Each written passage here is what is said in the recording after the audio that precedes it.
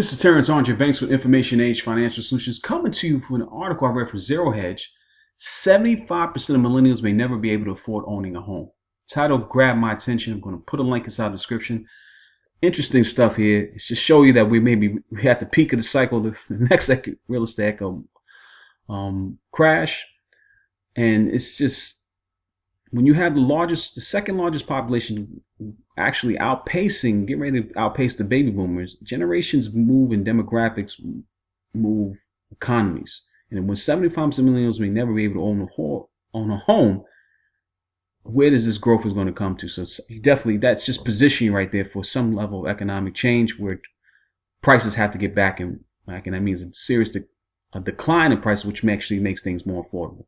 Kind of ramble on there, but it's just when you get titles like this and just seeing the market that's out there, especially if you're looking for that population to buy a home and you can't afford it, it just doesn't make any sense.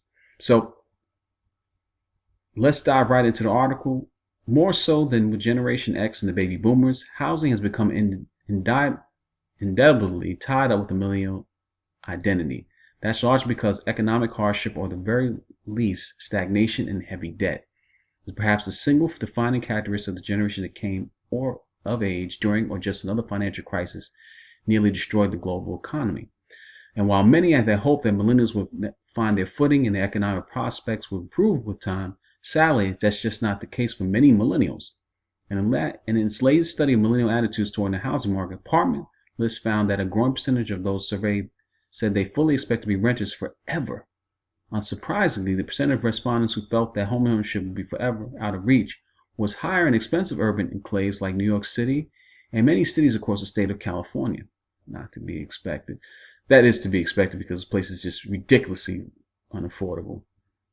In some metros, nearly 1 in 5 million renters expect to rent forever. Let me give a different thing here, a chart showing that. Now, Zero Hedge is known for the advertising, so bear with me through that. All right, let's get back to the article.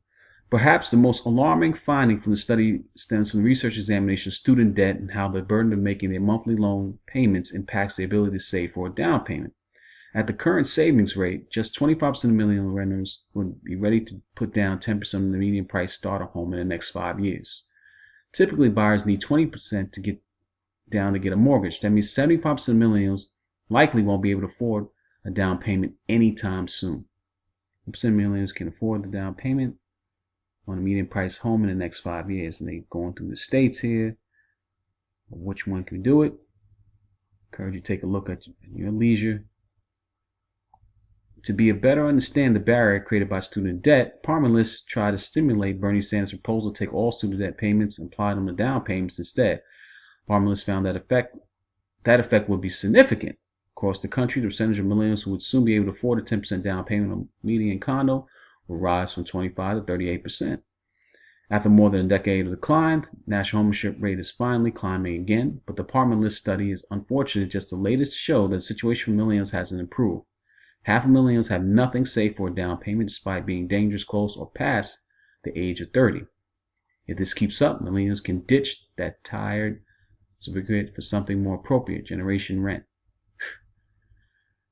Short article here, just wanted to bring it to your attention. Take a look at it.